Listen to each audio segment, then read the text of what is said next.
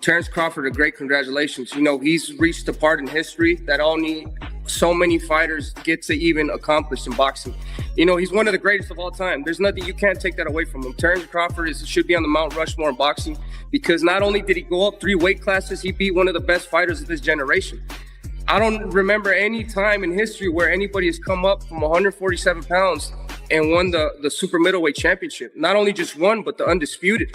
He's won every single title. So, you know, man, that man, not only is he a great fighter, but you could tell in that fight by seeing this combination right now how much of a dog he is. You know what I mean? And I think a lot of fighters could take a lot of notes from Terrence Crawford, not only physically, but take notes in the heart aspect. And I give it all up to Terrence Crawford. You know, he's one of the greatest of all time. And everybody has been in front of me, and Canelo's no different. And I will hurt him too, and I'll take all his belts. It's crazy that he asked for 150 million or 200 million to fight me, but he still has the nerve to say that I don't bring nothing to the table.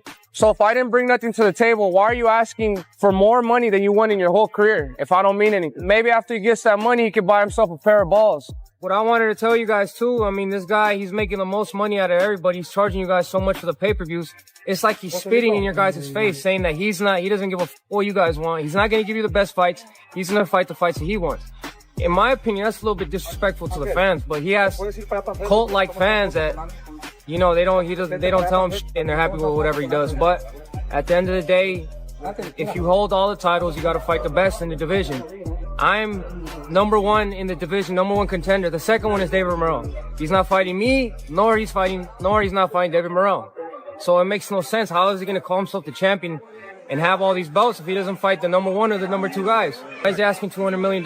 Why, when they bring my name up with him, that's the most money he's going to make. When he fought Amir Khan, he outweighed him at like 25 pounds. But, you know, I think it's just he's running out of excuses and running out of things to say, but that's just how it is. I guess that's when you win. How he didn't want to give David Benavidez the fight because he was being disrespectful. When you look at the history of Canelo, all the fighters that was disrespectful, calling them out, and he fought all of them. But I just think from a Mexican standpoint, one being extra disrespectful towards the other, he took the sport out of it, and he just felt as if he wasn't going to give Benavidez. I give respect to Canelo. He's a great fighter. Yeah. He's one of the best Mexican fighters of all time. But wanting to fight him, David, is not bashing him. Yeah. That's not bashing him. But that's what I'm saying. They spin the narrative on Instagram. Right. If I say something, they say this or that. But I only want what I earned. Right. And I'm entitled to it. From what the WBC told me, they say you win the title limiter, we'll give you a title shot. You win the WBC interim title, we'll give you a title shot. I've been in this position for 3 years. So just because Canelo, he could do what he wants, as he says. Right. He's not going to fight the top competition. And he's holding all those belts hostage, bro. And it's not like you got other great fighters too. You got me, David Morrell's there. Yeah. How is it fair that these sanctioning bodies let him pick and choose who he wants to fight? And then the Canelo fans too that be talking shit, bro. Like, do you guys not want to see the best fights? Right. Like, I don't understand. I'm just trying to make the best fights happen.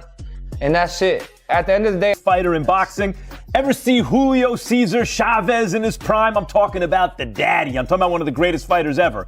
This guy is the closest thing I have seen to a big Julio Cesar Chavez. David, I'm not putting the Chavez thing on you. I'm just saying you're the closest thing I've seen to a big dude who fights like that. Oh, Canelo's ducking him. This dude's a monster. And I looked and I thought, am I right or wrong about that? No, you're definitely right. You know, you're looking at a man that's not going to let anything outside the ring, you know, mess with his game. But like I said, at the end of the day, I'm not scared of nothing. You know, I accept and I invite war. You know, so if that's what the people of Riyadh, Saudi Arabia want to see, well, let's give it to them. I think everybody is starting to see that I'm fearless, I'm relentless, and I'll fight anybody to get me. Yeah, I'm the best in the division. If they want to give me an opportunity now or later, I'm gonna keep winning. You know, like I said, I'm gonna be the greatest in my generation by the time I'm done, and my job is not complete until I make that happen. For Canelo and everybody else, it just shows everybody I'm not f***ing around. I'm here to stay. I just look at the facts. You know, the people want to see this fight more than Carlos Adames and Charlo. You know, that's why that fight hasn't happened. But for me and Canelo, we have motion. You know what I mean? I've been winning the fights I'm supposed to win in fantastic fashion. He has nobody else to fight. You know what I mean? So if they want to give it to me now. By unanimous decision, he got that. And I just thought Crawford was too fast for Canelo. Too many combinations. Canelo doesn't jab anymore. He looked for one shot now. You know, I mean, the end. I don't want to fight Mexican is because I represent Mexico. I feel like Canelo's a fucking. Canelo doesn't jab anymore. He looked for one shot now. You know, I mean, the end. You're watching a rivalry that has been brewing for years finally reach its boiling point. David Benavidez, unbeaten and known as the Mexican Monster, has never been shy about what he wants. For him, the target has always been Canelo Alvarez, the man who held boxing's biggest crown. And now, after Canelo's humbling loss to Terence Crawford, Benavidez's challenge has become louder, sharper, and harder to ignore. Benavidez carries himself with the relentless energy of Julio Cesar Chavez in his prime, only in a bigger frame. The comparisons have followed him for years, and while he avoids leaning into them, his fearless style makes the echoes hard to deny. Well, like I said, at the end of the day, I'm not scared of nothing. I accept and I invite war, Benavidez explained. If that's what the people of Riyadh, Saudi Arabia want to see, well, let's give it to them.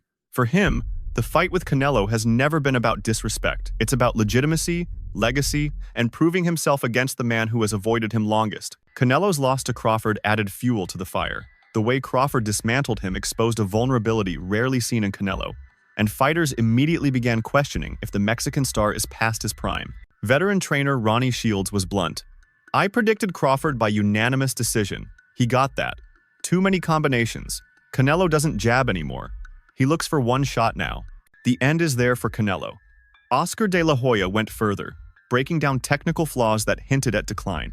For Benavidez, the Crawford fight was proof of what he's long argued. Canelo's aura can be broken. He's definitely scared of me, Benavidez said plainly. If you have a fighter talking so much trash, why don't you make an example of him to the world? Beat me in the ring and make a whole lot of money. It's not just talk. Benavidez has fought his way into position. 30 wins, 25 knockouts, two-time WBC champion, and the interim belt to force a mandatory shot. That's gonna chase all of them. Like, these guys are monsters, but this is the monstrous world. And what happened next would only heighten the drama. If Canelo was 100% confident in himself, I don't know why he wouldn't fight me.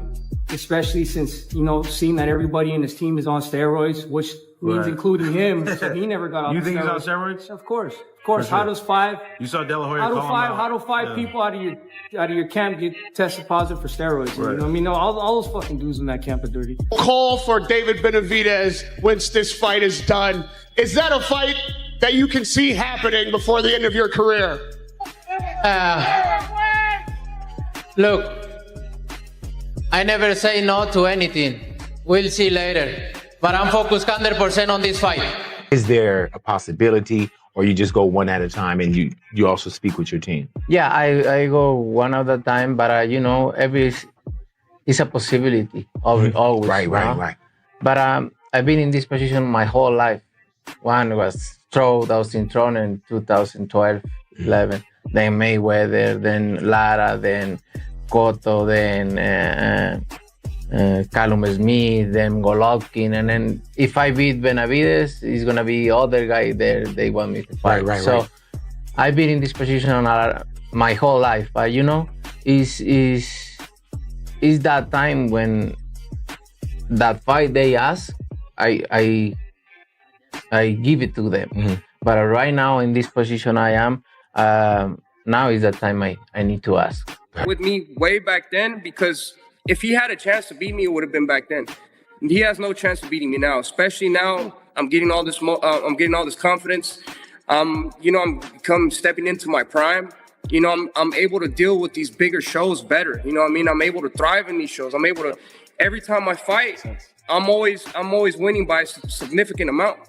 You know what I mean? So I'm learning my craft better and better each and every single fight. I'm gaining more confidence every single fight, and like I said, I really want to go in there and hurt people. I'm not a boxer. I'm a warrior. Presence he's definitely scared of me.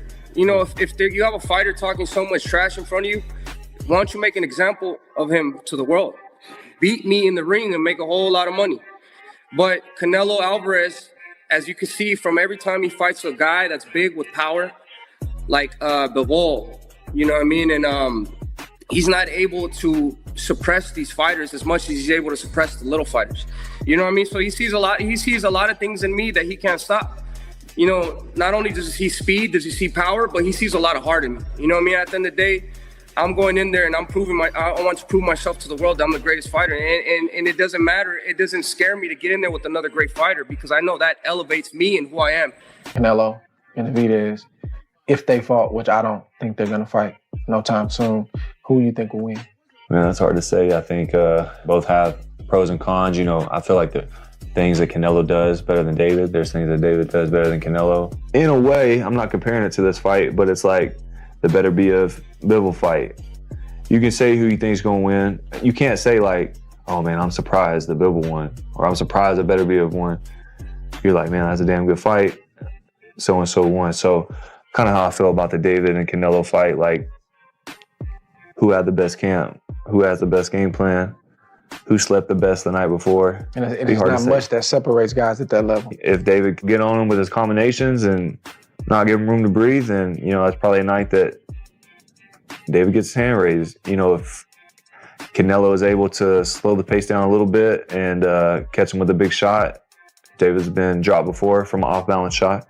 He wasn't really hurt, but, you know, would you be surprised if Canelo stopped him? You know, no. So he's been waiting 3 years for what the sanctioning body promised, a chance at Canelo.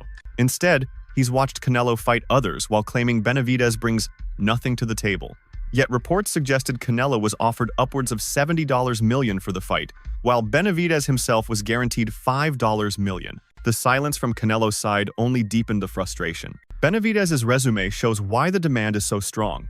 He outlasted Caleb Plant in a grudge match and overwhelmed the slick Demetrius Andrade, forcing his corner to wave the fight off. Each time, his size, combinations, and relentless pace made him look like a man impossible to contain at 168. Analysts argue the matchup with Canelo comes down to timing and hunger. If Benavidez presses with his trademark volume, he could suffocate the older champion.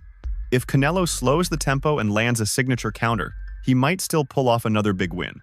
But you sense the dynamic has shifted. Canelo, once the hunter, now feels like the man being hunted. Benavidez insists the window for Canelo to beat him has already closed. Get beat like a rag doll all over the ring. It's not that important to me, bro. And that's what's going to happen if you fight David Benavidez. So the only reason that we really interest you is that you have to see that. I don't care to see Canelo get beat up like that. It doesn't really... I'm not saying he gets beat up, but I think he gets hammered. Okay, but regardless. So if David Benavidez wins the fight, that's my point. I think David's going to be the next star. And Canelo has to do what great Mexican legends do. They fight the next guy. They all do that. I want that. I think that's important for the legacy of the sport, for the legacy of the Mexican.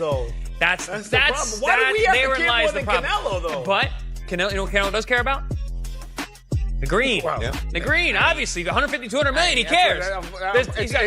In life, there's everything 200 is million, about that now. there's 200 million thoughts about caring for that fight now. So, okay, listen, we make that fight. However, we make that fight happen. I think it's important for that fight to happen. I really do. I think David Benavidez has that star quality to be the next face of boxing. Says, I am the new guy to carry that torch forward. Kind of like how when you beat Tyrone Woodley, because you were the guy coming up, and Tyrone Woodley was a dominant champion for a long time, and you went and beat the shit out of him. It's the same thing. I'm preparing very hard for this fight whenever it does happen. I don't know when it's going to happen, but, you know, I stay training, I stay evolving as a fighter. Not only do I want to prove to the fans, but I want to prove to myself that I'm the best in the world. So if the fight comes, you know, good. If it doesn't, it's not the end of my career. And if he doesn't want to give me the opportunity at 168, that's why I'm going up to 175 right now.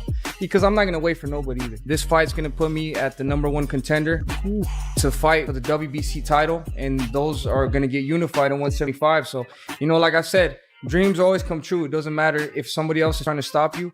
You're going to find your own way and you're going to make it. You understand me? That's going to tank the rest of his career if he keeps trying to fight. Well, it's tough to say because he's made enough money that he can retire. He really has nothing else to prove. We saw him go up. He did but he tested himself all the way up as far as he could go. He won the light heavyweight title, then he lost to B-Ball. So that shows that the light heavyweight was his ceiling. And that's good enough. Really, right now, he got nothing else to prove. You know, I mean, of course, if you keep fighting, people going to demand you fight the monster because both of you guys are Mexican. But to me, you probably shouldn't do that. You understand me? That's probably not a good fight for you at this point, for real, especially coming off a loss to Terrence Crawford. It's just, to me, I don't see the hunger there to really beat the monster. You understand me? And that's what my problem was already. I didn't think it was a good fight for him because I don't think the hunger is there. Terrence Crawford just showed us that the hunger is really not there anymore like that. You understand me? So you have to be extraordinarily hungry to go out there and beat the monster because you got to put pressure on him from round 1 to round 12 or it's not going to work. And if you're not hungry, And you're not gonna do that. Same thing he would have had to do to Terence Crawford. He had to put pressure on him for round 1 round. I'm talking about solid pressure, no space between them. He had to be in his chest for 12 rounds. But he ain't hungry enough to really do that. So if you're not hungry enough to do that, don't go waste your time. Just call it a day, because everybody gonna want to see you fight the monster. I don't know if they're gonna be cool with you fight anybody else, but they're gonna keep pushing the monster narrative at you. You feel me? Now, if he wants to have a few more fights for himself, that's cool. But then he gonna get it's gonna get very tainted with the fact they're gonna say, yeah, you fighting, but you avoid the monster. You understand me? That's gonna tank the rest of his career if he keep trying to fight. To be honest with you, man, let Terence Crawford live. That's his weight class. I lost interest in 168 a long time ago. You know, I mean, I know that we could get offered a lot of money to go down to 168, but I'm more comfortable at 175. I'm chasing better beef. I'm chasing Bivol. You know, I'm chasing these other big. I'm chasing Surdo Ramirez at cruiserweight. You know what I mean? So I've been at 160. He should have took the fight with me way back then, because if he had a chance to beat me, it would have been back then. He has no chance of beating me now. His confidence is fueled by growth, moving comfortably into light heavyweight, exploring cruiserweight ambitions, and showing no signs of plateauing. At the same time, new forces are shaping boxing's landscape. Saudi Arabia's General Entertainment Authority, led by Turki Alalshik, has become the sport's most powerful financial engine, openly teasing a possible Crawford-Benavidez showdown. That kind of money and influence could bypass Canelo entirely, raising the stakes in unexpected ways. Still, for you as a fan, the story remains clear. Benavidez is the looming figure Canelo cannot avoid forever. Their clash represents not just another big payday, but a battle for the identity of Mexican boxing. Is Canelo still the standard bearer, or has the torch already passed to a younger, bigger, hungrier monster? Right now, the answer feels inevitable. The only question is whether Canelo will step forward or step aside.